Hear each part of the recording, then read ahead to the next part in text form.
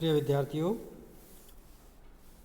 मैं गजेंद्र कुमार महावर, सहायक आचार्य भौतिक शास्त्र, राजकीय महाविद्यालय राजगढ़, अलवर।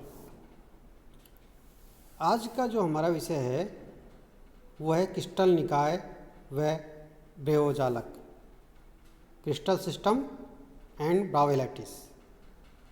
आज इसके बारे में हम अध्ययन करेंगे। तो देखिए, ब्रावे जो लैटिस है वो क्या होते हैं।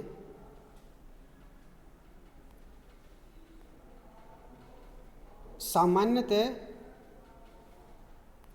सभी क्रिस्टल निकायों को 7 मूलभूत क्रिस्टल निकायों में वर्गीकृत कर सकते हैं। यानी जितने भी हमारे पास क्रिस्टल निकाय हैं उनको हमने 7 मूलभूत क्रिस्टल निकायों में वर्गीकृत किया है। और वो जो वर्गीकरण है वो किस आधार पर किया है? वो किया है इन निकायों की जो एकक कोष्टिका के सदिश हैं और उनके मध्य जो कोण हैं उनके आधार पर हमने इनको 7 भागों में वर्गीकृत किया है, क्योंकि सभी के लिए एकक कोष्टिका सदिश और उनके बीच में जो कोण हैं उनका मान अलग अलग है। उसी आधार पर हमने इनको 7 भागों में वर्गीकृत किया है। और इन सभी 7 क्रिस्टल निकायों में 14 प्रकार के त्रिविम आकाश जालक होते हैं। और ये जो त्रिविम आकाश जालक हैं इन्हीं को हम ब्रेवो लैटिस कहते हैं, ब्रेवो जालक कहते हैं। अब ये 7 जो ब्रेवो लैटिस हैं वो कौन कौन से हैं वो देखिए। घनीय, क्यूबिक, द्विसमलंबाक्ष टेट्रागोनल, विषम लंबाक्ष ऑर्थोरोम्बिक, त्रिसमनताक्ष रोम्बोहेड्रल, षटकोणीय हेक्सागोनल, एक नताक्ष मोनोक्लिनिक और त्रिनताक्ष ट्राइक्लिनिक। ये 7 प्रकार के हमारे पास ब्रेवो लैटिस हैं। अब प्रत्येक के बारे में हम अलग अलग अध्ययन करेंगे। तो इनका अध्ययन करने से पूर्व हम एक यूनिट सेल है उसके अंदर अल्फा बीटा जो गामा कोण है और ए बी सी जो उनके सदिश हैं उनको हम देखना चाहेंगे किस प्रकार होते हैं वो। ये कोई यूनिट सेल है, उसके जो 3 सदिश हैं ए बी और सी को रिप्रेजेंट किया गया है और इनके बीच में जो कोण बने हुए हैं अल्फा बीटा गामा वो इस प्रकार है। जैसे ए वाली जो भुजा है या सदिश है उसके सामने का जो एंगल अल्फा, बी के सामने का बीटा और जेड के सामने का जो एंगल है वो गामा कोण होता है। ठीक है, तो इनकी जो वैल्यू है ए बी सी और अल्फा बीटा गामा की अलग अलग वैल्यू को हमने ये 7 भागों में विभक्त किया है इनके अलग अलग वैल्यू के आधार पर। तो देखिए, घनीय, क्यूबिक। अब घनीय क्रिस्टल निकाय में एकक कोष्टिका की तीनों अक्षें ए बी और सी सभी बराबर होती हैं और इनके बीच में जो कोण हैं वो बराबर होते हैं और 90 डिग्री के होते हैं। यानी अल्फा बीटा और गामा जो एंगल है वो 90 डिग्री के होंगे और सभी बराबर हैं। तो इस प्रकार की जो घनीय संरचना है उसमें 3 प्रकार के आकाश जालक हमारे पास आते हैं। कौन कौन से? अभाज्य जालक परमिटिव, दूसरा है अंतः केंद्रित बॉडी सेंटर्ड और तीसरा है फलक केंद्रित फेस सेंटर्ड। तो ये जो जालक है वो हमारे पास है अभाज्य। ये जो है अंतः केंद्रित, क्योंकि इसके जो केंद्र है, इसका जो केंद्र है यहाँ पर एक एटम और इसके अंदर होता है। फलक केंद्रित में क्या होता है कि इसके जितने भी पृष्ठ हैं उनके केंद्र पर एक एक एटम और होता है। जैसे इन सभी में एक एक एटम और है, जितने भी फलक हैं उन सब पर एक एक एटम और है। तो ये जो संरचना है वो फलक केंद्रित संरचना है। ठीक है, आगे देखिए, द्विसमलंबाक्ष टेट्रागोनल। इसके अंदर क्या होता है कि एकक कोष्टिका की 2 अक्ष बराबर होती हैं और तीसरी इनसे भिन्न होती है, यानी ए इक्वल टू बी और सी जो है इनसे डिफरेंट होती है।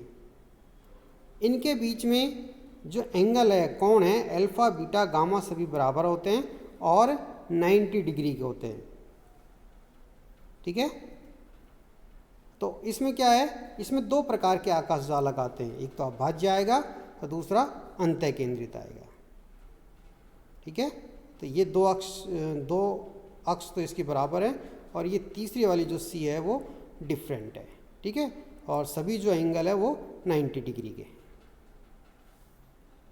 आगे देखिए, विषम लंबाक्ष ऑर्थोरोम्बिक।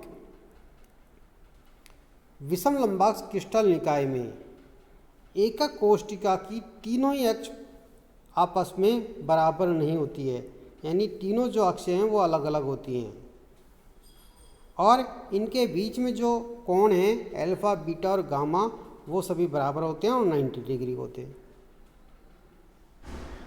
तो इस प्रकार इसके अंतर्गत 4 आकाश जालक हमारे पास प्राप्त होते हैं, अभाज्य, आधार केंद्रित, अंतः केंद्रित और फलक केंद्रित। ठीक है, तो ये तो हो गया अभाज्य, ये आधार केंद्रित है। इसमें बेस में एक एक एटम और होता है, बेस का जो फलक है उस पर एक एक एटम और होता है, तो ये आधार केंद्रित, ये अंतः केंद्रित इसकी बॉडी के जो सेंटर पर है और इसमें फलक केंद्रित है सारे पृष्ठों पर। ठीक है, आगे देखिए, त्रिसमनताक्ष। इसमें क्या होता है कि क्रिस्टल निकाय के सभी अक्ष और कोण बराबर होते हैं, इसमें सभी भुजाएं बराबर है, A equal to B equal to C, लेकिन जो एंगल हैं बराबर तो होते हैं लेकिन 90 डिग्री के नहीं होते हैं और 120 डिग्री से कम के होते हैं। ठीक है, अल्फा बीटा गामा बराबर तो हैं लेकिन 90 नहीं है और 120 डिग्री से कम होंगे। तो इस प्रकार की संरचना के लिए केवल एक अभाज्य जालक हमें प्राप्त होता है, ये जालक हमें प्राप्त होता है। ठीक है, आगे देखिए, षटकोणीय हेक्सागोनल। इस क्रिस्टल निकाय में केवल एक अभाज्य क्रिस्टल जालक होता है, जिसके लिए क्या होता है, अल्फा और बीटा तो 90 डिग्री के, यानी जो अल्फा और बीटा एंगल है वो तो 90 डिग्री का होंगे और जो गामा है वो 120 का होगा। ठीक है, तो ये जो एंगल है हमारे पास ये है गामा, ये 120 का है, बाकी ये जो दो एंगल है वो 90 डिग्री के हैं। इसमें ए और बी जो भुजाएं वो बराबर होंगी, ए और बी ये तो बराबर है और इस सी जो है वो अलग होगी। ठीक है, तो इस प्रकार की हमारे पास हेक्सागोनल या षटकोणीय आकृति हमें प्राप्त होती है और इसके लिए सिर्फ अभाज्य क्रिस्टल जालक ही प्राप्त होता है, दूसरा कोई जालक संभव नहीं। आगे देखिए, एक नताक्ष मोनोक्लिनिक। इस निकाय के लिए क्या होता है कि A is not equal to B is not equal to C, यानी तीनों जो अक्ष हैं वो बराबर नहीं होती हैं, जो सदिश हैं वो बराबर नहीं होते हैं और इसमें अल्फा और गामा जो एंगल है वो 90 डिग्री का होता है और बीटा जो है वो 90 डिग्री का नहीं होता है। ठीक है, तो इस प्रकार के क्रिस्टल जालक में हमारे पास दो आकाश जालक प्राप्त हो रहे हैं, एक तो अभाज्य और दूसरा आधार केंद्रित।